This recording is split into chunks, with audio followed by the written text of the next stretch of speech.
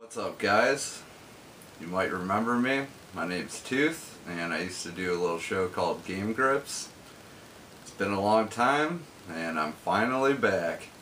Long story short, started working a couple jobs and just really didn't have enough free time to do this, but the more I kept thinking about it, the more I missed doing it, so I'm back, and hopefully I can get back on schedule and do it like how we used to, get a new video every 2 weeks. So thank you guys for everyone that's waited and, you know, bugged me on Twitter like, make a new episode. So I'm finally doing it, so this one's for all you guys out there. So let's get right back into it like we always used to and get back into the grips. So first one I got off Craigslist for $5.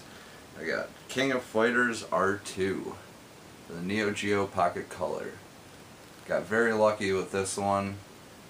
You don't see many Craiglisting postings for Neo Geo stuff, like as I got lucky with getting the system. So to get this, it was just a one-off thing. He didn't have anything else, but this is actually probably my favorite fighting game for the Neo Geo Pocket Color that I've played so far. It's got a pretty intricate fighting system, like meters and special moves and stuff, and it's better than the other one I have, which is Fatal Fury and Samurai Showdown. So yeah, so far this is definitely the best one I've played on there yet, so I highly recommend it. King of Fighters R2. Really, really fun game. Alright, up next. Oh, this is a good one. I went down to visit my dad in North Carolina. I didn't have time to stop down at the amazing retro shop they have in Hickory called Infinity Gaming. If you're in the area, definitely go down there and check it out. I've talked about them in a couple of my old videos. Got my boxed NES satellite from there and some other really cool stuff, so definitely check it out if you're in Hickory. But I did get to go to a couple pawn shops, and I ended up picking this up for $4. And I was really skeptical when I saw the price because I thought the disc was going to be totaled, or I don't know. I just, you know, you see something like this for like $4 and you just get a little weary of it. But it's in great condition, and that is Tomb Raider Game of the Year Edition for $3.60. And I've only heard amazing things about this, and I really wanted to get it when it came out, but they started announcing DLC and stuff like that, so as usual with games like this or like Skyrim or something like that, I'll wait till the Game of the Year edition comes out so I can get all the stuff in one go instead of just constantly buying all the DLC. So yeah, complete in box. And like I said, I was worried about the disc, but as you can see, it is yeah, it's perfect, brand new. The only thing I am worried about is all the DLC came in this little booklet, and I'm just worried that all the codes have been used. So I had to make sure none of them were on front so you guys didn't steal my codes. Yeah, I am kind of worried that maybe all the codes have been used in it, but you know, even if they have been, I still got Tomb Raider, which is a game that only came out like what, last year or the year before that? Yeah, 2013 I believe, for $4, and I really want to play it, so no matter what, that's a huge come up for me. So yeah, and there's a free 2-week gold trial in there that I'll give to Blow Stang too, so everyone wins. So yeah, Tomb Raider Game of the Year Edition, $4. Awesome deal. Can't wait to jump into it. But right now, Ultra Street Fighter 4 has taken over my life, so I won't be playing that for a while. But I'm still excited to play it. So, oh, this one I got from the thrift store up the street.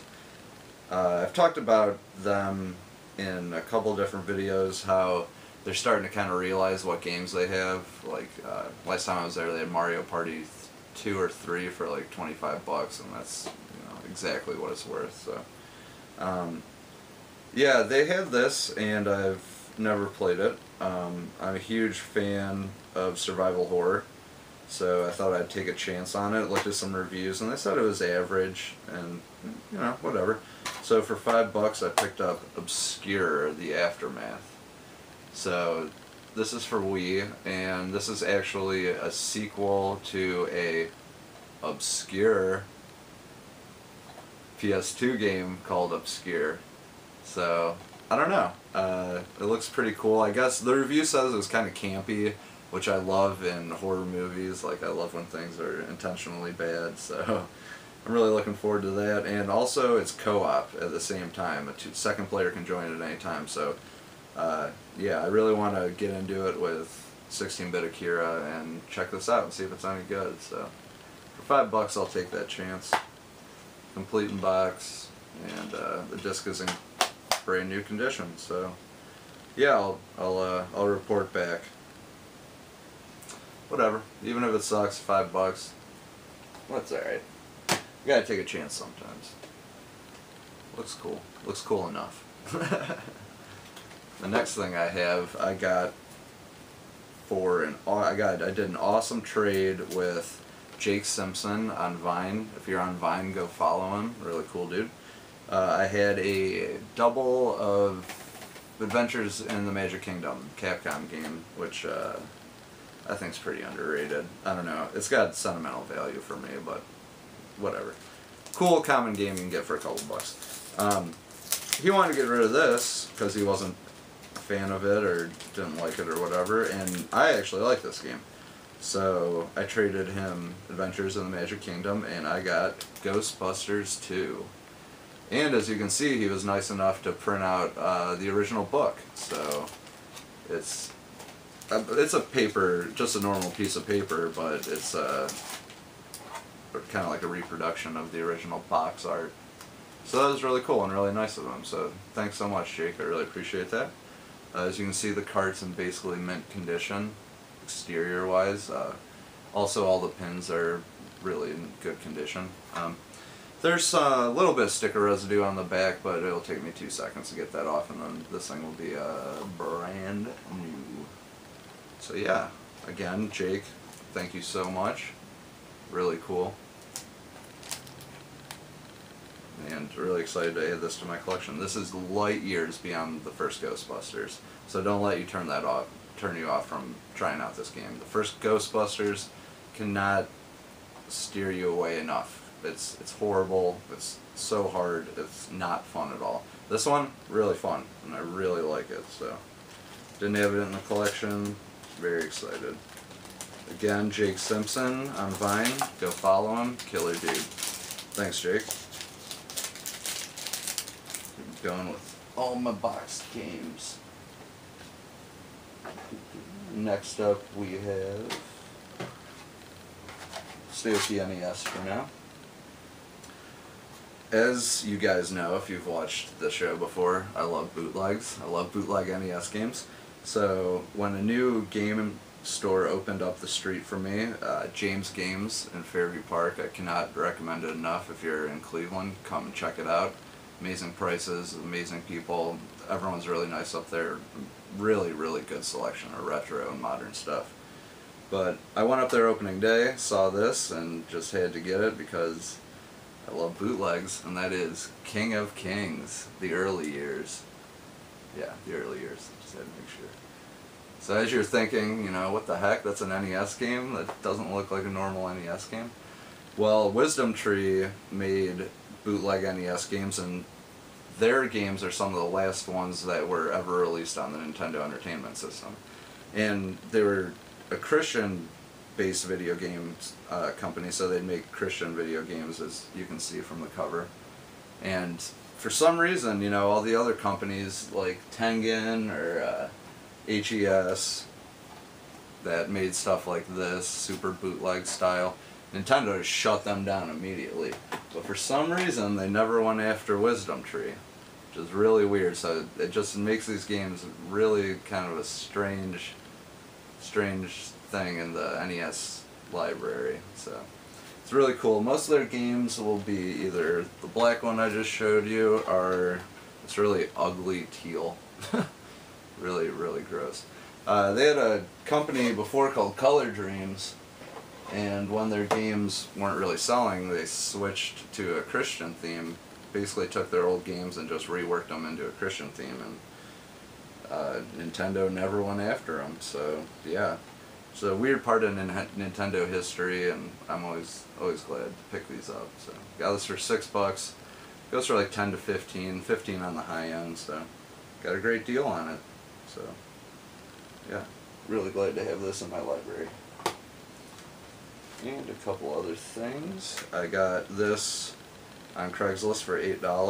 The disc is in brand new shape, but give you guys some collector tips 101 with this one.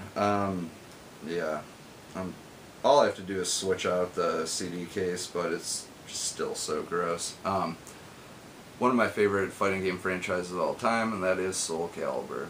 The first and second Soul Calibur I cannot recommend enough, especially Soul Calibur 1 on Dreamcast, which is the best version of it.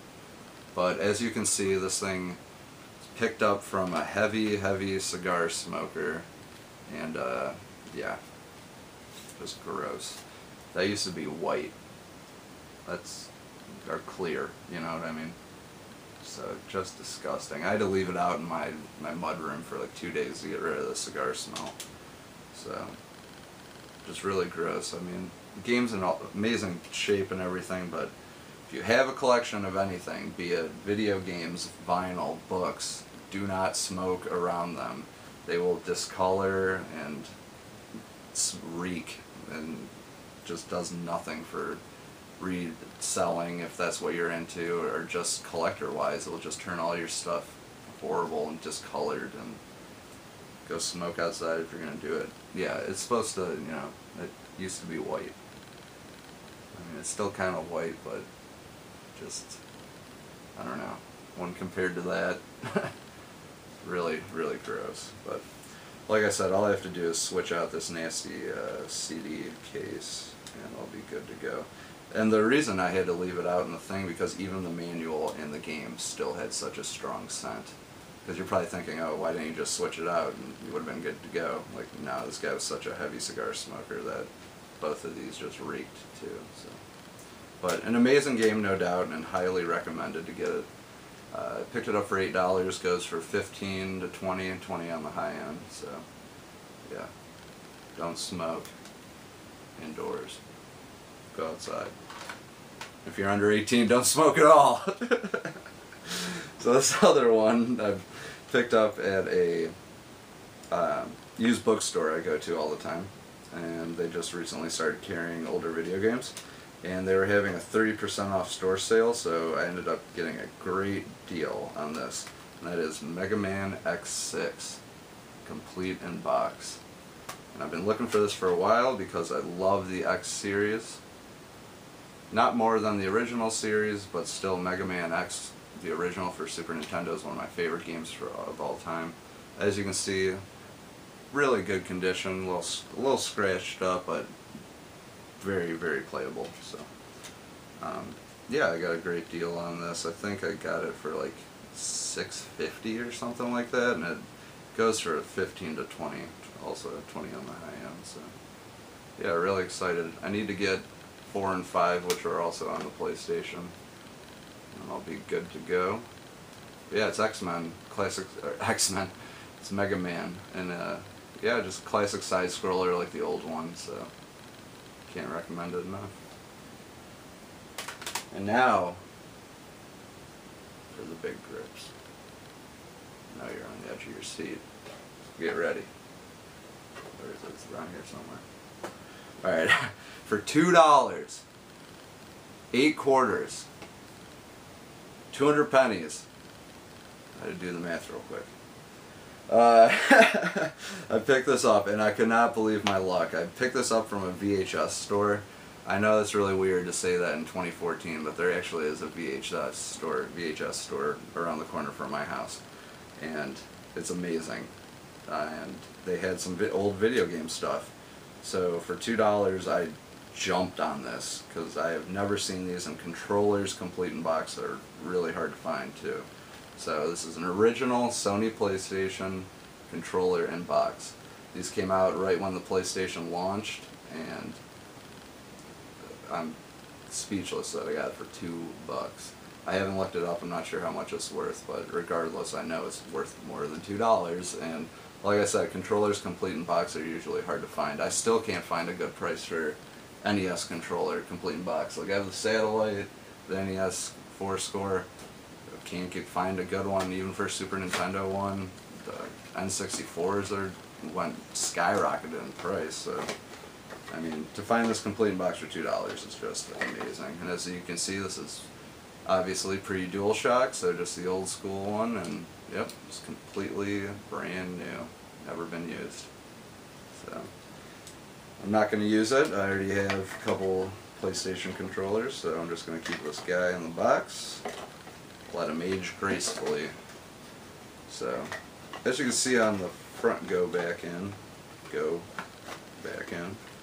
Thank you. As you can see on the front, there's some sticker residue from the price tag. I just have to finish taking it off and it will be fine. A little tear right here in the upper right corner. Other than that, it's basically mint. So yeah, this is one of my favorite grips I've gotten in a long time. So yeah, $2. Put it up there behind Proto Man so you can look after it. And now for the best grip I think I've ever gotten. I know I've said that a couple times. I mean, it's always gonna be hard to beat that Atari lot. I mean, yeah, I don't know if this is better than the Atari lot, but for me, this is one of, like, I can finally put a check next to one of my video game holy grails. Like, I could get this online, you know, they're around online, but as you know, my whole thing with this show is try to find stuff in the wild, try to find it at a cheap price, you know, garage sales, etc., etc. So I went on Craigslist, and I've actually contacted this guy about this item before. He never got back to me. He relisted it. I contacted him immediately, and for $30 I picked it up, and I still can't really believe that I have it. It works perfectly. I played it. It's fun as hell, and I have one. And you guys are probably wondering, what am I jabbering about?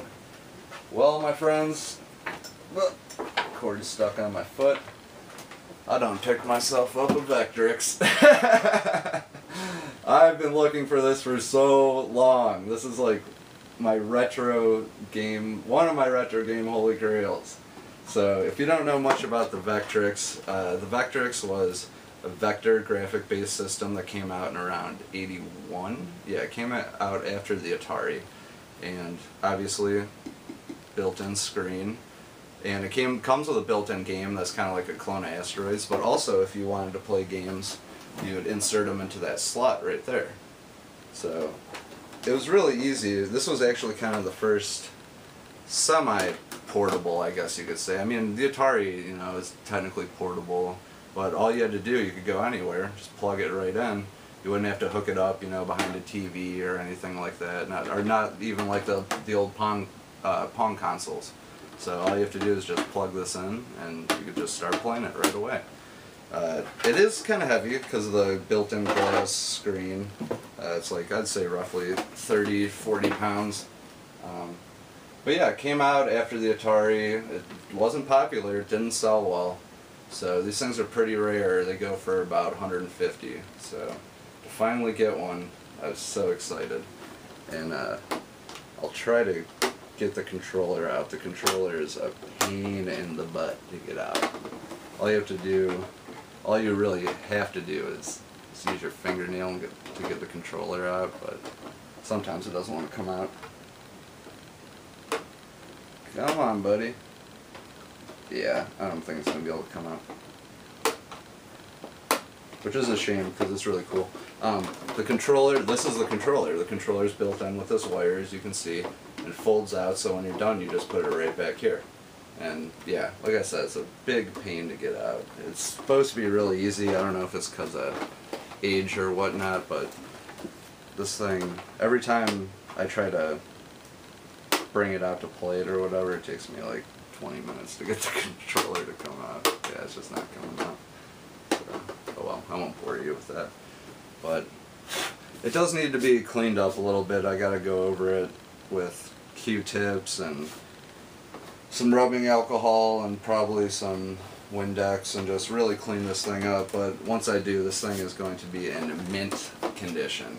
So I cannot believe I finally have one. I've been looking for one for so long, and I finally have one. So this is a big thing I've been hyping if you've been following me on Twitter at the Super Rad, that I finally got one of my huge grips, and this is it. I'm so excited. So after this video is done, I'll shoot a little bit of gameplay footage to add to the end of the video if you guys have, for everyone who hasn't seen the Vectrex before in action. What's up, guys? Sorry about the end of the video getting cut off. My camera is horrible, so I wanted to at least show you guys a little bit of the Vectrex in action. So all I'm going to do is press this little button and get the controller to come out. And like I was saying, the controller is really cool. There's supposed to be like a little rubber knob here, but it didn't come with this, so fire this puppy up.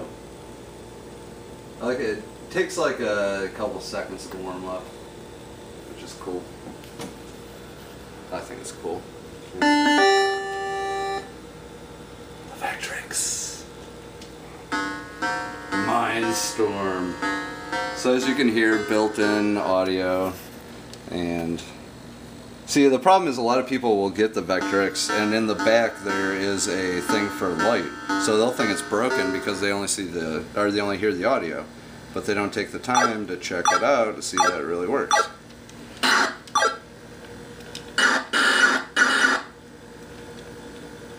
Ah! Which one shoot? So yeah, it's kind of like an Asteroids clone. This is just a built-in game, but it's still really fun. So yeah, that's the built-in game for the Vectrex, and yeah, it's really awesome. Me and 16-bit Akira will have to go back and forth and see who can get the highest score. So, minefield. Yeah, it totally works, which is really cool. So thanks for watching this episode, guys, and as always, get rad, stay rad.